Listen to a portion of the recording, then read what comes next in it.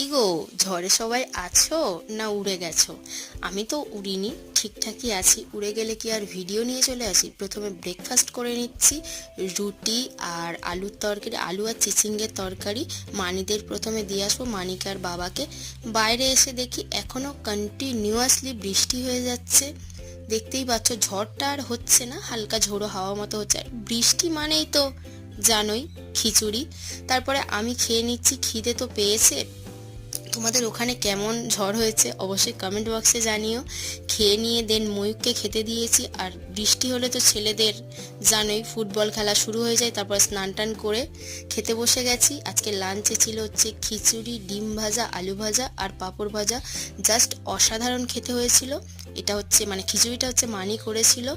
যাই হোক, সন্ধেবেলা ময়ূকে একটু সীতাভোগ এনেছিল, তো সেটাই খেয়ে নিচ্ছি। চলো দেখা হচ্ছে নেক্সট শর্টসে। Bye, tata guys.